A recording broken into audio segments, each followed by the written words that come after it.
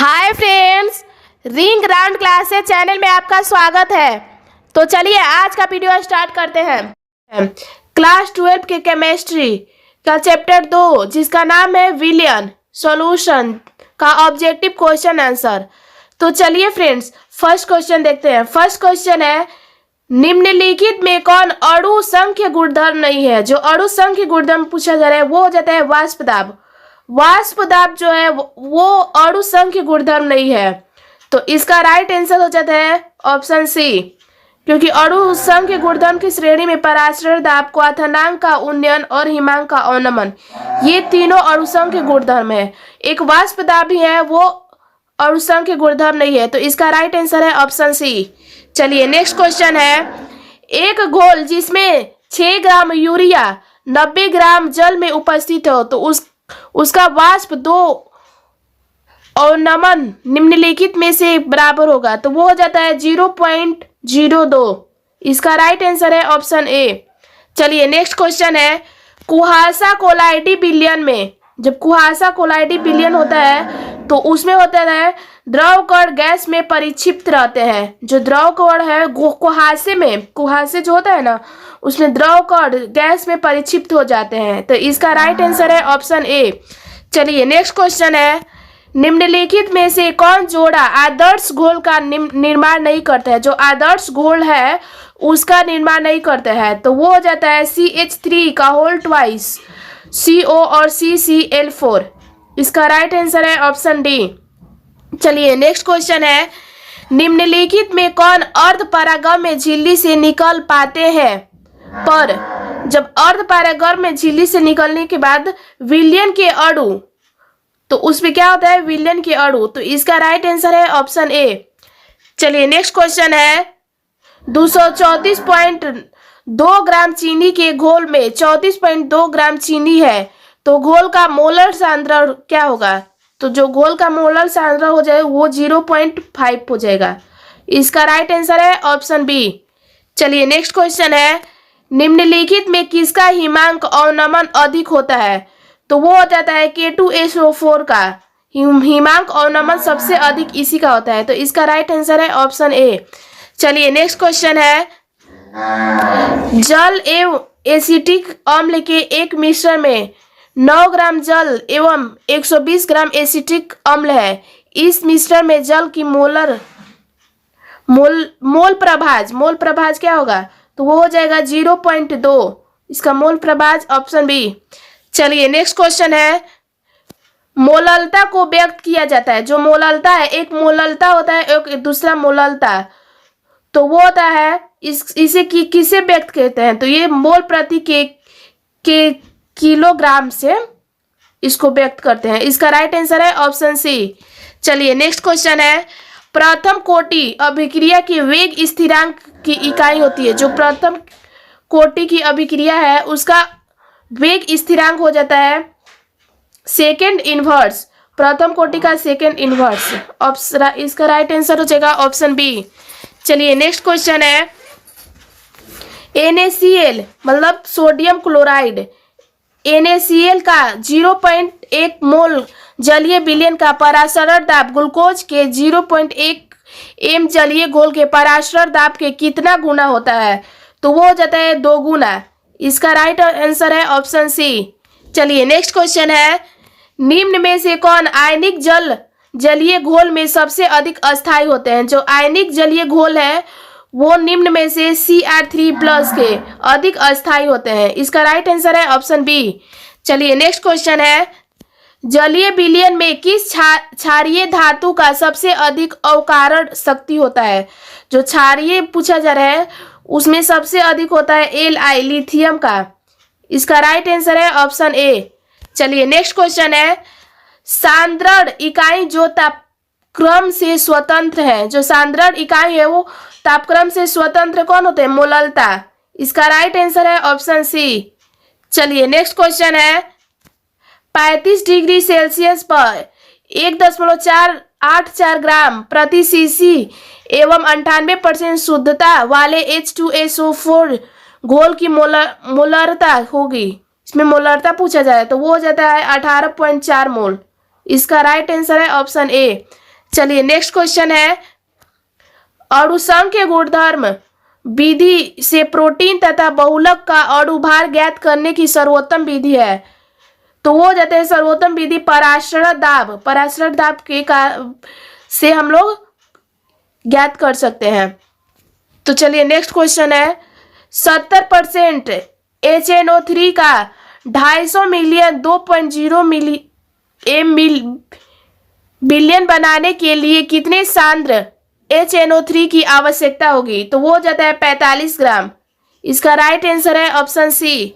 चलिए next question है, 25 degree Celsius पर निम्नलिखित में से किस पदार्थ के 0.1 मोल घोल का पराशरण दाब सनी अधिक होता है? तो वो हो जाता है CaCl2 का। इसका राइट आंसर है ऑप्शन सी। चलिए नेक्स्ट क्वेश्चन है, जल के लिए KF का मान -1.86 डिग्री cm है। यदि 5 ग्राम Na2SO4 को 45 ग्राम H2O में घुलाने से उसका हिमांक 3.82 डिग्री सेल्सियस में परिवर्तित हो जाता है, तो पूछा जा रहा है Na2SO4 के लिए 1/2 का मान। तो ये हो जाता है 2.63। इसका राइट आंसर है ऑप्शन बी। चलिए नेक्स्ट क्वेश्चन है, Kl के 1.0 मिली जलीय घोल में कौन सा परिवर्तन किया जाए कि उसके वाष्प दाब में उन्नयन हो जाए? तो उसमें कौन सा परिवर्तन होगा? वो जगह जल मिलाया जाएगा, उसमें कुछ नहीं किया जाएगा, बस जल को मिला दिया जाएगा। 16.02 × 10⁻20 अणु यूरिया यदि 100 मिलीलीटर जलीय घोल में उपस्थित हो तो उसके विलयन की सांद्रता है, तो उसकी विलयन की सांद्रता हो जाएगा 0.01 मिलियन। तो इसका राइट आंसर है ऑप्शन बी। चलिए नेक्स्ट क्वेश्चन है, बिलियन जिसमें पराशरण दाब समान ताप पर समान होते हैं कहलाते हैं। जो बिलियन समान ताप पर समान होते हैं उसे हम समपरासी के नाम से जानते हैं। इसका राइट आंसर हो जाएगा ऑप्शन डी। चलिए नेक्स्ट क्वेश्चन है, BaCl2 NaCl और ग्लूकोज के सम मोलर बिलियन के पराशरण दाब इस क्रम में होंगे, तो उसका क्रम क्या हो जाएगा? तो हो जाएगा, आप लोग जानते हैं, पहले हो जाएगा BaCl2, उसके बाद NaCl, उसके बाद ग्लूकोज C6H12O6 का। तो इसका राइट आंसर है ऑप्शन ए। चलिए नेक्स्ट क्वेश्चन है, निम्नलिखित में से किसमें विलयन का अणुसंख्य गुणधर्म नहीं है? तो ये हो जाता है पृष्ठीय तनाव। हम आप लोग को बता दिए थे पराशरण दाब में ये भी अणुसंख्य गुणधर्म है, वाष्प दाब का अवनमन भी है और हिमांक का अवनमन, ये भी पराशरण दाब अणुसंख्य गुणधर्म है। तो ये हो जाता है पृष्ठीय तनाव जो नहीं है। इसका राइट आंसर है ऑप्शन बी। चलिए नेक्स्ट क्वेश्चन है, यूरिया का 0.6% जलीय विलयन किसके समपरासी होते हैं? तो वो होते हैं 0.1 मोल ग्लूकोज के बराबर। इसका राइट आंसर है ऑप्शन ए।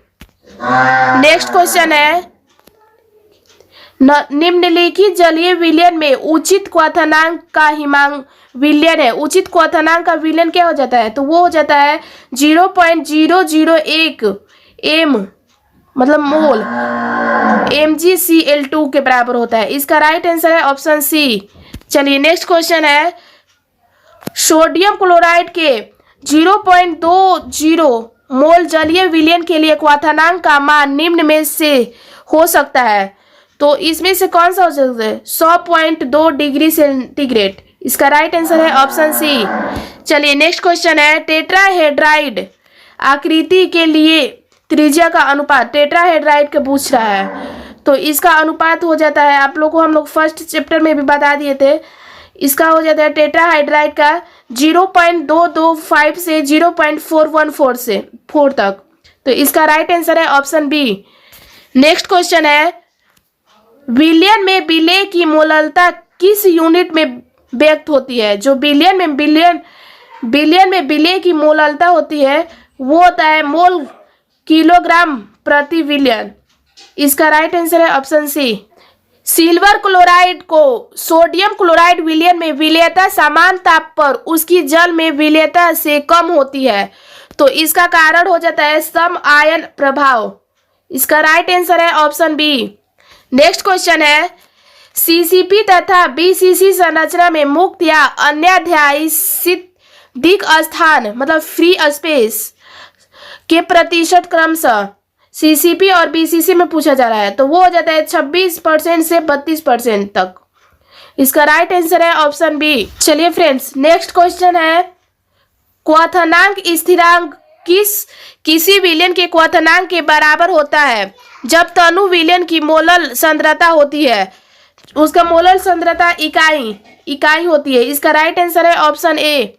चलिए नेक्स्ट क्वेश्चन है, ऊष्मा और विद्युत का अच्छा चालक है, तो वो हो जाता है ग्रेफाइट ऊष्मा और विद्युत का सबसे अच्छा चालक होता है। चलिए नेक्स्ट क्वेश्चन है, परासरण दाब ज्ञात करने की सबसे अच्छी विधि क्या होती है?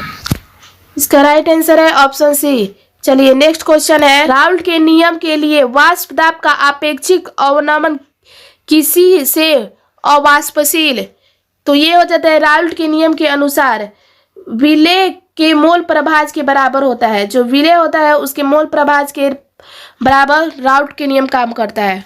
तो चलिए नेक्स्ट क्वेश्चन है, किसी तनु विलयन के आपेक्षिक वाष्प घनत्व अवनमन 0.2 है, तो उस विलयन के विलेय का मोल प्रभाज उसका हो जाएगा 0.2। इसका राइट आंसर है ऑप्शन डी। किसी विलयन के मोल प्रति लीटर के सांद्रण क्या होगी यदि 30 डिग्री केल्विन पर उस विलयन का परासरण दाब 0.0821 वायुमंडल है। यदि R का मान इतना दिया हुआ है तो वो हो जाता है 0.3 × 10⁻²। चलिए नेक्स्ट क्वेश्चन है, परासरण दाब की इकाई है। परासरण दाब की इकाई जो होती है वो होता है ATM।